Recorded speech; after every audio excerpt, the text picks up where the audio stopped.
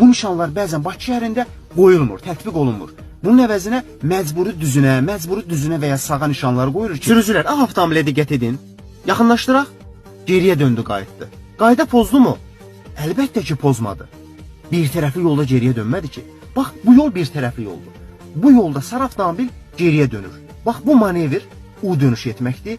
Bunun 150 manat 4 bal cəriməsi var. İnzibati Xətalar Məcəlləsinin 327.4 ilə 150 manat 4 bal cəriməsi var. Yəni bir tərəfli yolda geriyə dönmək olmaz. Bir tərəfli yol elə bir yoldur ki, bu yolun bütün zolaqları bizimdir. Sol zolaqdan sola dönmək lazımdır. Sağ zolaqdan sağa. Bu qara avtomobilə baxın, sol zolaqla gəlib sola dönür. Bu A avtomobil nəinki geriyə dönə bilər, hətta düzünə də gedə bilər, axın istiqamətində də dönə bilər. Bu sarı avtomobil yol ver nişanın tələbinə riayət edir, yəni kəskin yol baş yoldadır. Qırmızı avtomobilə yol verir və hərəkətin düzünə davam etdirir. Həmin avtomobil sağa da dönə bilər, geriyə də dönə bilər. Bax, bu yol ayrıcında iki hərəkət hissəsi var. Yəni mavi haşiyələdiyim yer iki hərəkət hissəsidir. Yolun ortasında ayrıcı zolaq görürsünüz. Bəziləriniz ora bardorda deyir, bəziləri qazonda deyir, yaşıl maneə. Həmin maneə yolun iki hərəkət hissəsini ayırır.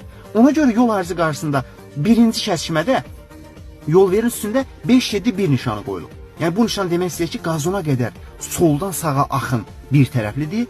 Qazonun üzərində isə ikinci kəsişmədə 5-7-2 qoyulub. Yəni sağdan sola doğru axın var. Bu nişanlar bəzən Bakı şəhərində qoyulmur, tətbiq olunmur. Bunun əvəzinə məcburi düzünə və ya sağa nişanlar qoyulur ki, sürücü birinci kəsişmədən sola dönməsin. O nöqteyi nəzərdən bu yol ayrıcında bu nişanın tələbini pozub yol ayrıcından sola dönmək olar. Qara avtomobilə baxın, qazonu keçib sola dönür. Qazonu keçib geriyə də dönmək olar. Birinci kəsişmədən sağa da dönmək olar. Bu nişan 5-10.2, 5-10.3 nişanlardır. Avtobus zolağı olan yola çıxış nişanı. Bu nişanı görə bilərsiniz, 5-10.1-i görə bilərsiniz 28 molun qarşısında.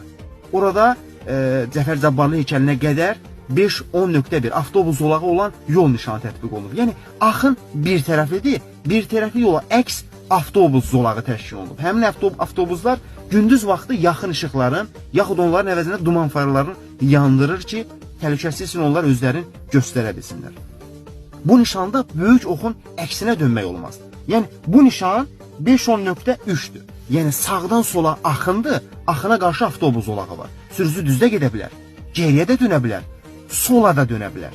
Amma sağa dönə bilməz. Sağ zolaqda olsaydı, ancaq düzünə gedə bilərdi. Çünki sağdan sola dönmək 42-ci maddənin 6-cı bəndinə ziddir. Diqqətiniz üçün təşəkkür edirəm. Sizinlə Azər Quliyev idi.